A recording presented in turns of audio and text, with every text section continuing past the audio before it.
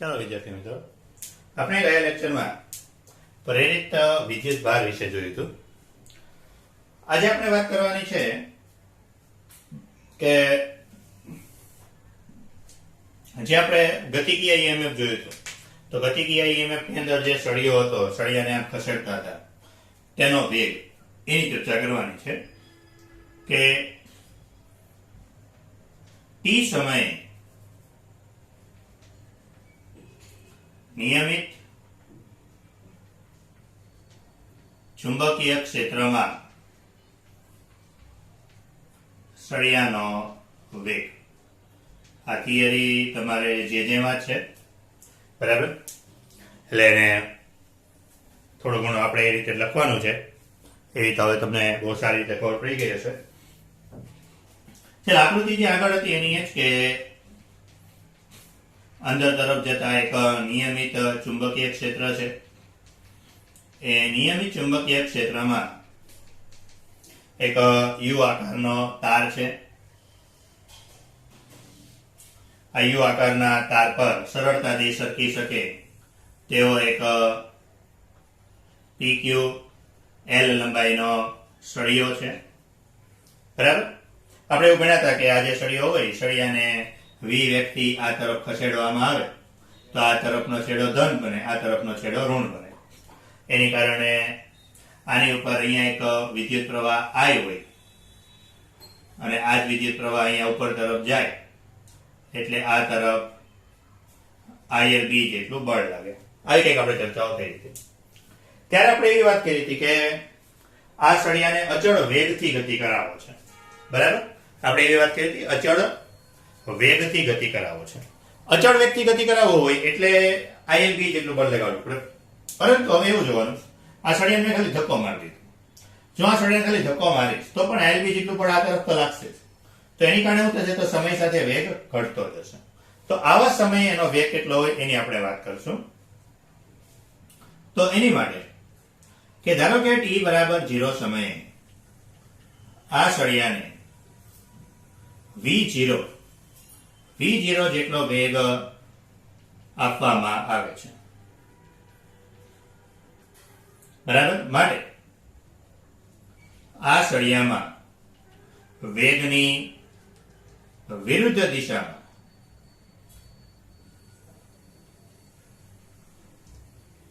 F બરાબર ILB જેટલું બળ ઉત્પન્ન થશે, બરાબર? વેગની વિરુદ્ધ દિશામાં ILB જેટલું બળ ઉત્પન્ન થશે. તો ચાલો, આ સળિયા માટે આપણે t સમયે વેગ શોધવો છે. તો માટે સળિયા પર લાગતું બળ F બરાબર ILB, વેગની વિરુદ્ધ દિશા છે એટલે માઇનસ. તો માટે I બરાબર શું થશે? તો આ સળિયામાં પ્રેરિત EMF એટલે V upon R,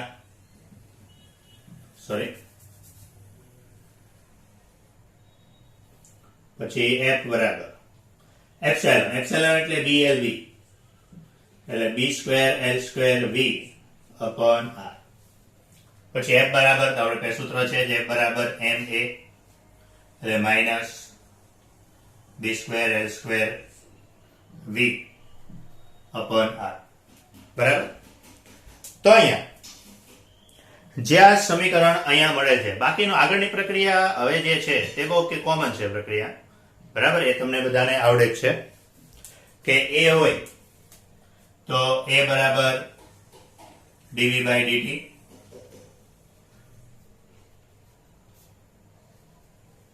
ચલો V ને આ બાજુ લઈ લો એટલે 1 upon V dV બરાબર minus B square L square upon MR. dt ને સામે લઈ જવા દો. dV નું V કરવું છે એટલે આપણે બંને બાજુ સંકલન કરશું. અહીંયા સંકલન ક્યાંથી ક્યાં સુધી? તો V0 થી V સુધી. અહીંયા તો 0 થી t સુધી. તો 1 upon V નું સંકલન એટલે ln V.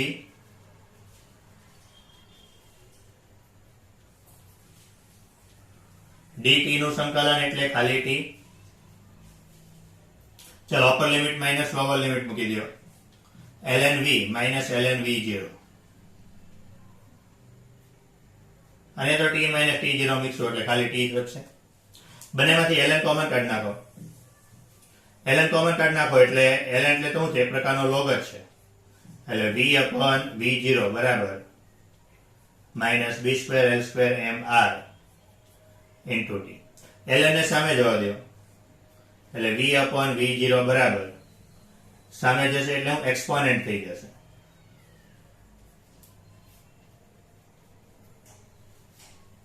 તો આના પરથી t સમયે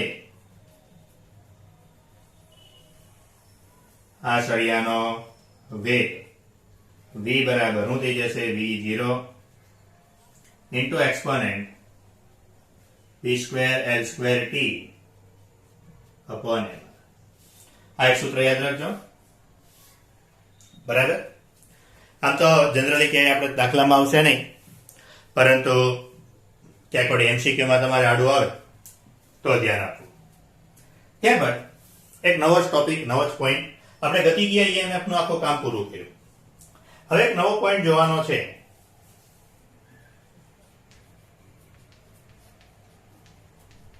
એડી પ્રવાહ. એડી પ્રવાહ વસ્તુ આખી અલગ જ છે. એડી પ્રવાહની કે આપણે અત્યાર સુધી જે કર્યું કે ચુંબકીય ક્ષેત્રમાં કોઈ પણ વાહક તારનું ગૂંચળું હોય તો વાહક તારના ગૂંચળાને ગતિ કરવામાં આવે અથવા તો ચુંબકને એની પર ગતિ કરવામાં આવે, ત્યારે વાહક તારના ગૂંચળામાં વિદ્યુત પ્રવાહ ઉત્પન્ન થાય છે, આવી આપણે વાત કરી.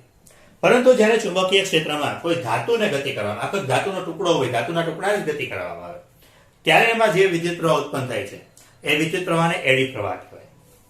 બરાબર. એટલે જ્યારે કોઈ ઘન સુવાહકને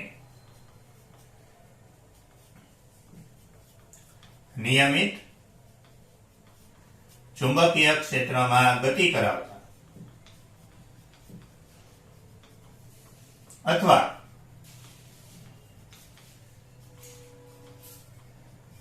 અનિયમિત ચુંબકીય ક્ષેત્રમાં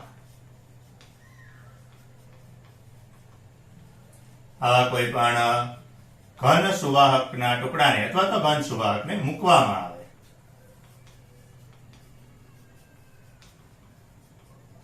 ત્યારે આ વાહકમાં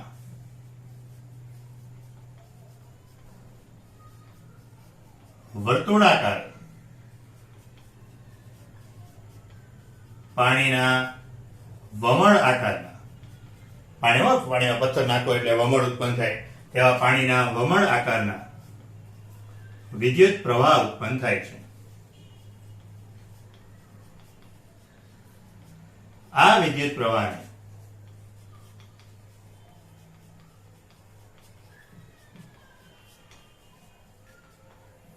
એડી પ્રવાહ કહેવાય. બરાબર. કોઈ પણ વાહકને નિયમિત ચુંબકીય ક્ષેત્રમાં ગતિ કરાવો અથવા તો ચુંબકીય ક્ષેત્રમાં ગતિ કરાવો અથવા તો અનિયમિત ચુંબકીય ક્ષેત્રમાં ખાલી વાહકને મૂકી દો તો શું થશે? તો કે વાહક સાથે જે ચુંબકીય ફ્લક્સ હશે એ ચુંબકીય ફ્લક્સમાં ફેરફાર થશે. બરાબર. એટલે એડી પ્રવાહ આ વાહક સાથે સંકળાયેલા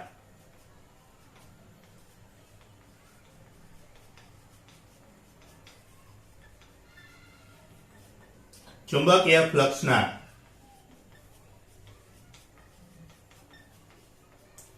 ફેરફાર દ્વારા ઉદ્ભવે છે અને આ એડી પ્રવાહ લેન્ઝના નિયમનું પાલન કરે છે.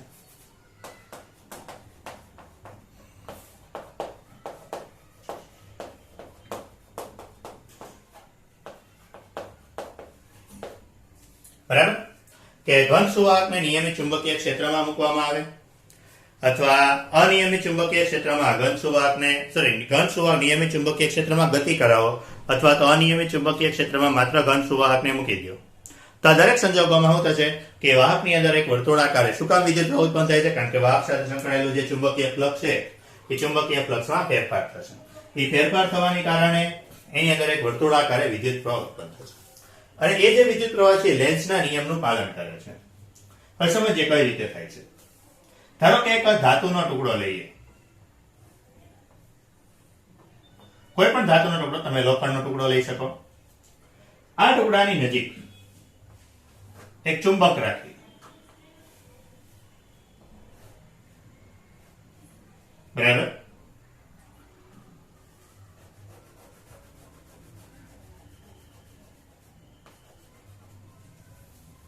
એક ઉત્તર ને દક્ષિણ ધ્રુવ. જો આ ચુંબકને, આવું છે ધાતુનો ટુકડો,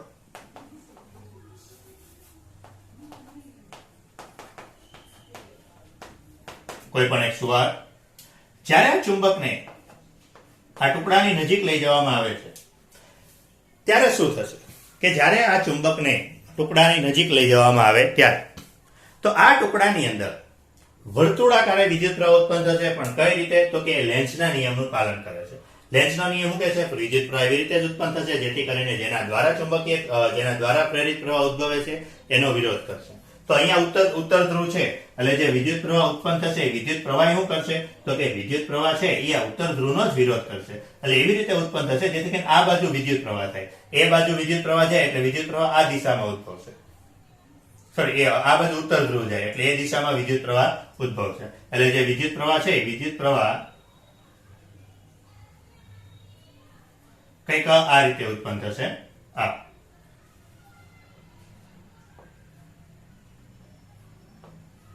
બરાબર. એટલે વિદ્યુત પ્રવાહ એવી રીતે ઉત્પન્ન થાય કે જેથી કરીને આ બાજુ ઉત્તર ધ્રુવ ઉત્પન્ન થાય, આ બાજુ દક્ષિણ ધ્રુવ ઉત્પન્ન. બરાબર. આવી જ રીતે જો ધારો કે આ જે ધાતુનો ટુકડો છે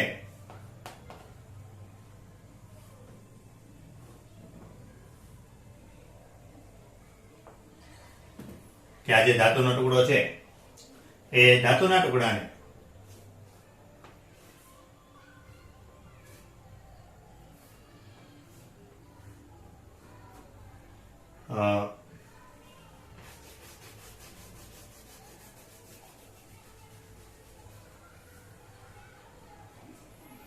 અહીંયા ઉત્તર ને દક્ષિણ ધ્રુવ. હવે આ ધાતુના ટુકડાને જો આ ચુંબકને આનાથી દૂર લઈ જવામાં, ધાતુના ટુકડાથી ચુંબકને દૂર લઈ જવામાં આવશે તો એડી પ્રવાહ કઈ રીતે ઉત્પન્ન થશે? તો એડી પ્રવાહ નિયમ પ્રમાણે વર્તુળાકાર જ ઉત્પન્ન થશે. પરંતુ રૂલ શું કહે છે? લેન્ઝના નિયમને અનુસરશે એટલે વિરોધ, એટલે આ રીતે ઉત્પન્ન થશે જેથી કરીને ઉત્તર ધ્રુવ આ બાજુ આવે. બરાબર.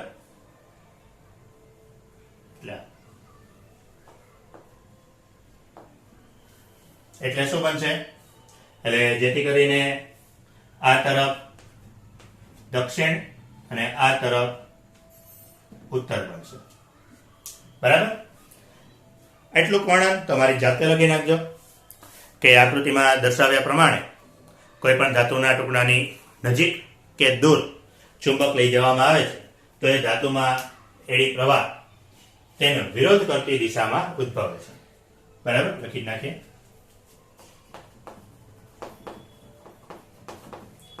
આકૃતિમાં દર્શાવ્યા પ્રમાણે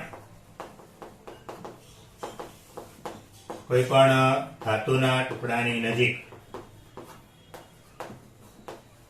કે દૂર ચુંબકને લઈ જતા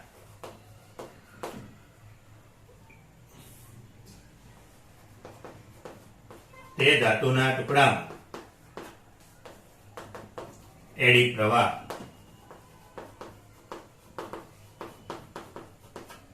તેની એટલે ચુંબકની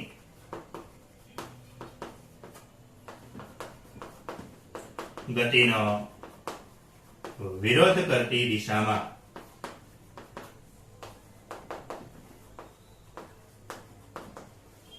ઉદ્ભવે છે.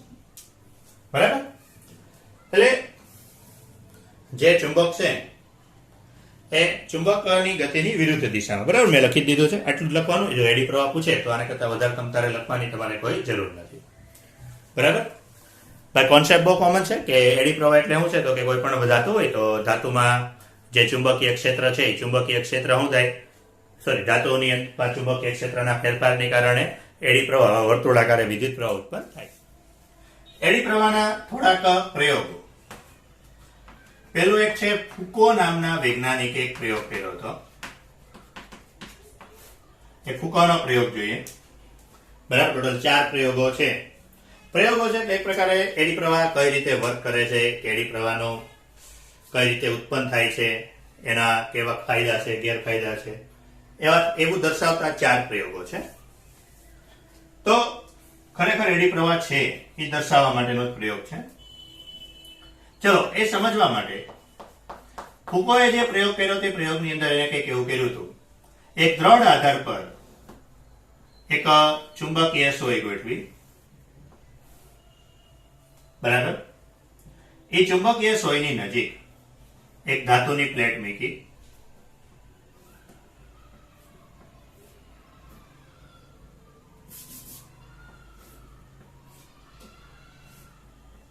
ધાતુની પ્લેટ એ રીતે મૂકી જેથી કરીને તે એને એક એવા સ્ટેન્ડ પર મૂકી જેથી કરીને તે મુક્ત ભ્રમણ કરી શકે. બરાબર, ભ્રમણ કરી શકે એવી રીતે ગોઠવી. એટલે આ જે છે આ ચુંબકીય સોય ખૂબ જ પાતળી હોય પણ આપણે થોડીક જાડી દર્શાવી છે. આ ધાતુની પ્લેટ અથવા ધાતુની તકતી. હવે ચુંબકીય સોય છે એટલે એને એક ઉત્તર ધ્રુવ છે, એક દક્ષિણ ધ્રુવ છે. એ ઉત્તર ધ્રુવ અને દક્ષિણ ધ્રુવની નું ચુંબકીય ક્ષેત્ર, તો એનું ચુંબકીય ક્ષેત્ર કંઈક આ રીતે આમ પસાર થતું હશે આ તકતીમાંથી. બરાબર, હવે જો પ્રક્રિયા શું કરવામાં આવી કે આ જે ધાતુની તકતી છે, ધારો કે આંગળી છે એ ચુંબકીય ક્ષેત્ર છે, આ ધાતુની તકતી છે, આ ધાતુની તકતી. તો ધાતુની તકતી જ્યારે એને ફેરવવામાં આવી તો ફેરવવામાં આવશે એટલે શું થશે, આ ચુંબકીય ક્ષેત્રને કાપતી જશે. એ ચુંબકીય ક્ષેત્રને કાપતી કાપતી ફરશે.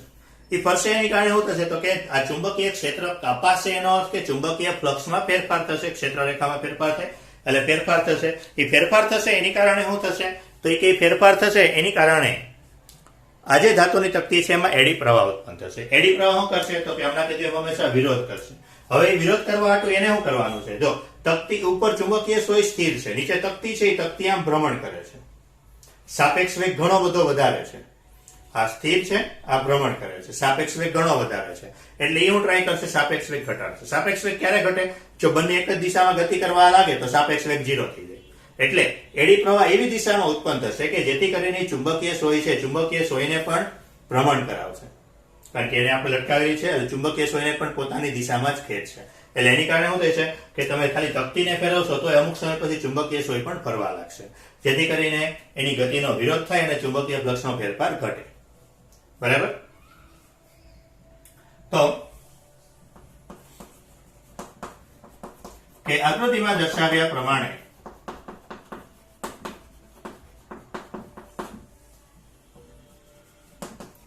ચુંબકીય સોયને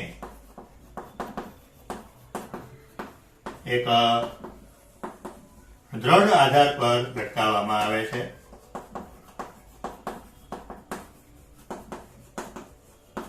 તેની સાથે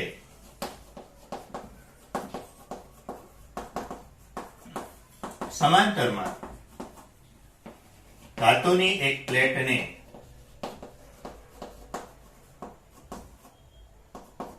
વર્તુળાકાર ભ્રમણ કરી શકે તેવી રીતે ગોઠવવામાં આવે છે. બરાબર, ત્યારબાદ જ્યારે ધાતુની પ્લેટને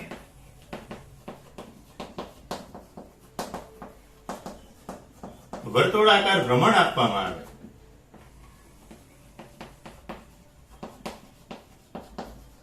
તો જ્યારે એને ધાતુની પ્લેટને વર્તુળાકાર ભ્રમણ આપવામાં આવે છે ત્યારે તેમાં એડી પ્રવાહ દ્વારા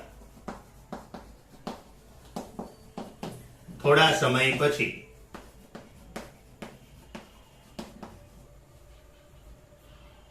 ચુંબકીય સોય પણ ભ્રમણ કરવા લાગે છે.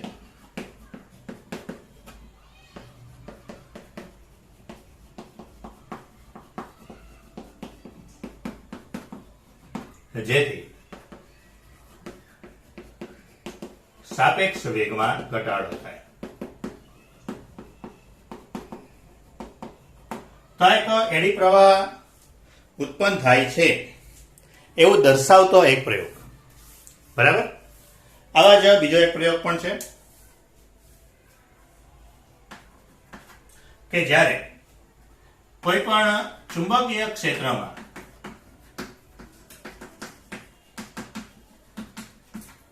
ધાતુના ટુકડાને મુક્ત પતન કરાવતા તે જી કરતા ઓછા પ્રવેગથી ગતિ કરે છે.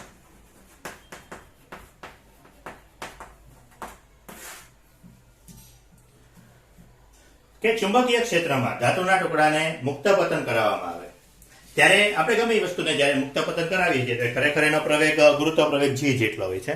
પરંતુ ધાતુના ટુકડાને જ્યારે તમે નિયમિત ચુંબકીય ક્ષેત્રમાં મુક્ત પતન કરાવો ત્યારે એ ગુરુત્વ પ્રવેગ કરતા ઓછા પ્રવેગથી ગતિ કરે છે. ચાલો એ સમજવા માટે એક અહીંયા ચુંબક લઈએ.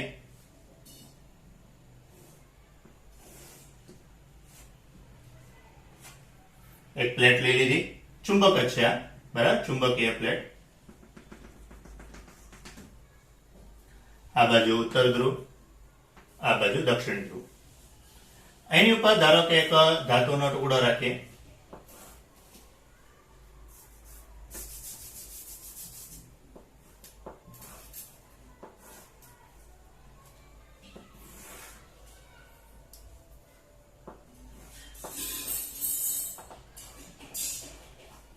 બરાબર. આ ધાતુના ટુકડાને અહીંયા મુક્ત પતન કરાવવામાં આવે છે. આ ચુંબક છે એટલે આ ચુંબકનું ચુંબકીય ક્ષેત્ર પણ આમાંથી આમ પસાર થતું હશે. બરાબર. આ રીતે અહીંયા ચુંબકીય ક્ષેત્ર હશે એનું. હવે આ ચુંબકીય ક્ષેત્રમાં જ્યારે આ ધાતુના ટુકડાને મુક્ત કરવામાં આવે છે ત્યારે તો એક તો નીચે તરફ એક બળ લાગશે mg. જ્યારે ધાતુના ટુકડા ચુંબકીય ક્ષેત્રમાં મુક્ત પતન કરાવો છો એટલે ખરેખર તમે ચુંબકીય ક્ષેત્રમાં ગતિ કરાવો છો. તો આપણે શરૂઆતમાં કીધું કે ચુંબકીય ક્ષેત્રમાં ગતિ કરાવો છો તો આ ટુકડાની અંદર એક એડી પ્રવાહ ઉત્પન્ન થશે. એ એડી પ્રવાહને કારણે શું થશે? એડી પ્રવાહ એવી રીતે ઉત્પન્ન થશે જેથી કરીને ગતિનો વિરોધ કરશે. નીચે જાય તો વેગ વધે છે તો એવી ટ્રાય કરશે કે વેગ ઘટાડશે. વેગ ઘટાડવા માટે શું કરશે? તો એવી દિશામાં વિદ્યુત પ્રવાહ ઉત્પન્ન થશે કે જેથી કરીને આ જે બળ છે બળ વિરુદ્ધ દિશામાં લાગે. કયું બળ? ILB જેટલું એક બળ લાગશે. બરાબર. તો ઉપર તરફ એક ILB જેટલું બળ લાગે. બરાબર. એડી પ્રવાહ આમ ઉત્પન્ન થાય કે આમ ઉત્પન્ન થાય મહત્વનું નથી. મહત્વનું એ છે કે પ્રવાહ એવી રીતે ઉત્પન્ન થશે જેથી કરીને બળ ઉપર તરફ લાગશે. આખી ધાતુની પ્લેટની અંદર આવી દિશામાં બળ ઉત્પન્ન થાય. બરાબર. એટલે ધારો કે આ લંબાઈ છે તો બળ તમને ખબર છે IL ક્રોસ B કરવાનું. એટલે જો વિદ્યુત પ્રવાહ આ દિશામાં હોય, બરાબર, તો I આમ છે, L આમ છે તો નહીં થાય. એનો અર્થ એમ થઈ ગયો આ રીતે વિદ્યુત પ્રવાહ ઉત્પન્ન થશે. I આમ થાય, L આમ થાય તો IL ક્રોસ B તો બળ ઉપર તરફ લાગશે. એટલે કંઈક એવી રીતે વિદ્યુત પ્રવાહ ઉત્પન્ન થશે જેથી કરીને ગતિનો વિરોધ કરશે. બરાબર. એની કારણે શું થશે કે આકૃતિમાં દર્શાવ્યા પ્રમાણે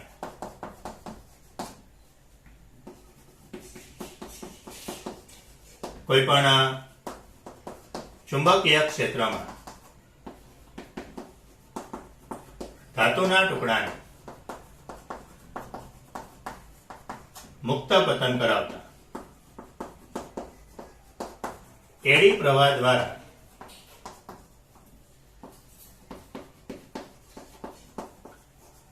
ગુરુત્વ બળની વિરુદ્ધ દિશામાં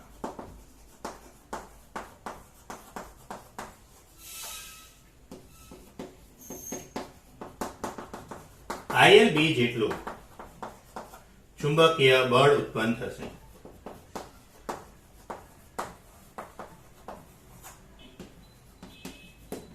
માટે પરિણામી બળ પરિણામી બળ કેટલું થશે? તો નીચે સાઈડ mg, ઉપર સાઈડ ILB, નીચે જાય છે બરાબર એને. બરાબર.